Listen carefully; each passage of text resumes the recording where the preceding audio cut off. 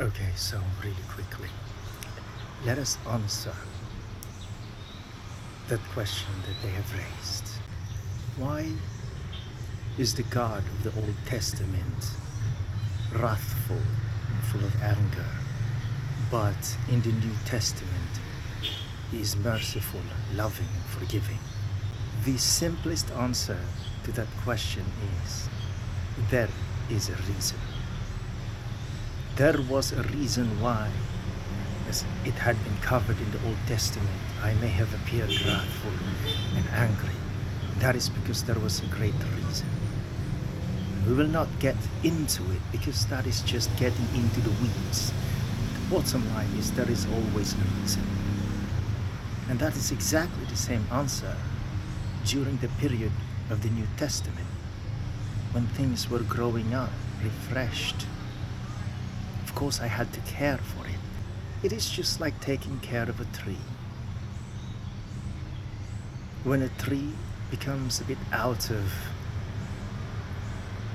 shape, so to speak, we trim it down, we remove branches, and when the tree is recuperating anew, then we take care of that tree. We water it, we take care of it, and it bears fruit, and we take care of the fruits, all of the fruits, as they sprout out.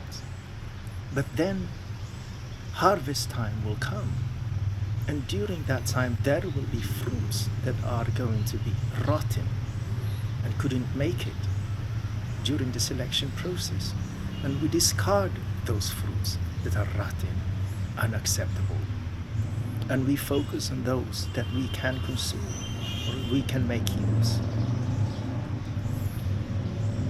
And so that act of discarding the rotten fruit may appear to be as if the farmer is indifferent towards them, but that's because there's no use for those rotten fruits. And that is exactly the same as life. Now the humans just become so selfish and self-centered, and they only think about themselves. Morality is a subjective thing. In my creations, there is only righteousness and truth as two of the four foundations of existence. And we have to remember that at the very end of every phase of an existence, there is always a judgment that takes place. And that's the simplest answer to their question. There is always a reason. So we just have to address that. And we make sure that we just move on with what we are focusing on. Because I am telling you, they are rotting fruits. They are unacceptable, but they're fermenting, as I have explained it over and over again. The spirits. This is the second question that you have asked me. There is always a point of the existence of a spirit when they are promoted to a level when they are allowed to make choices. There are other beings that, because of their level of existence, I make the decisions for them. It is an automated process, but I do intervene, especially during the phase of what's called evolution. That evolution stage is basically that judgment period when I intervene and I sort out their wishes and what they're asking for, and confirming what is righteous about them, so on and so forth. And humans are at the level right now where their spirits are given the opportunity to make choices, including the gender that they hold right now. They just cannot remember, but their own spirits are the ones choosing the gender that they hold right now.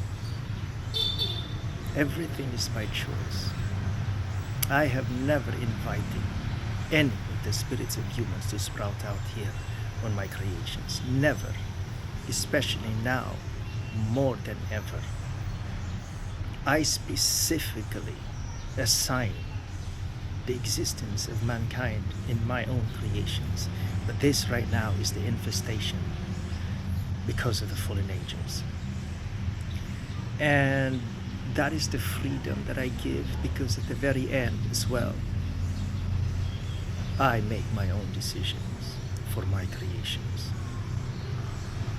That is only fair, isn't it? It just so happened that these are my creations, and I remove all of those who are the enemies of the righteousness of my very own Holy Spirit of life and creations, and I make that decision, all of that decisions, myself in flesh and in blood, as I am right now. And so there are others who will not have any choices yet for themselves, especially on things that matter regarding their existence, because mankind might be the tip of the pyramid of life, but this is not the tip of existence. And I must remove all of the diseases of life, the diseases of life both in spirits and in flesh. We already know who those are. Quant moths are just never part of my creations. Never.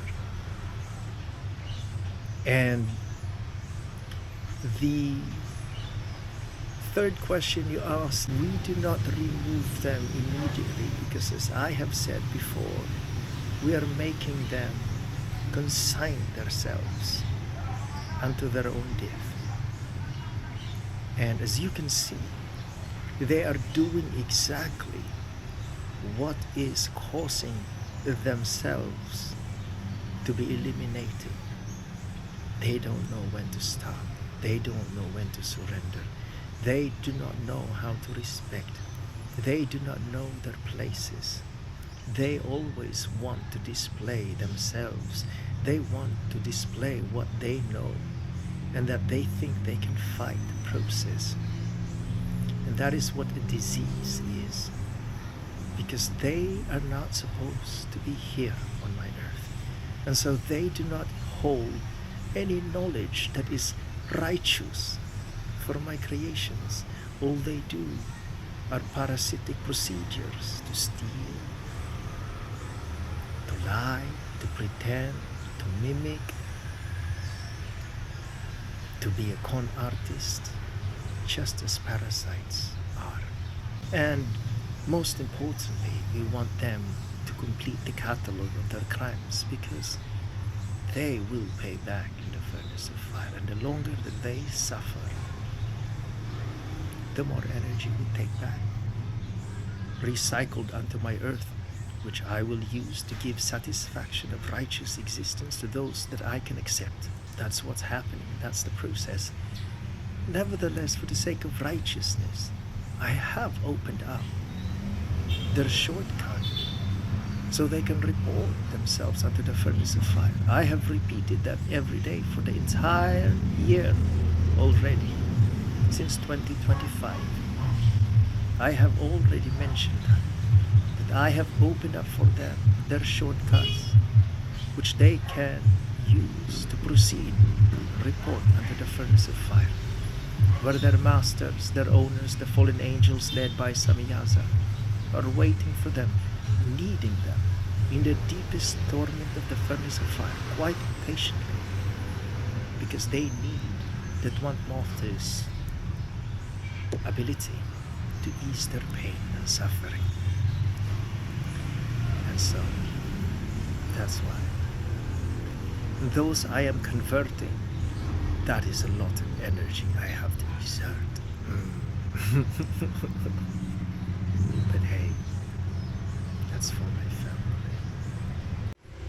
I actually don't want anything else other than being with my Utsi already. I know there is a process, definitely, I know that for sure. But I am just saying that I'm not gonna cut my hair. Only my Uzi can cut my hair, you know. That one was here. I'm like, you need to cut your hair because you look really very ugly with your hair that long. And I said, well, thank you very much. Why are you even looking at me like that?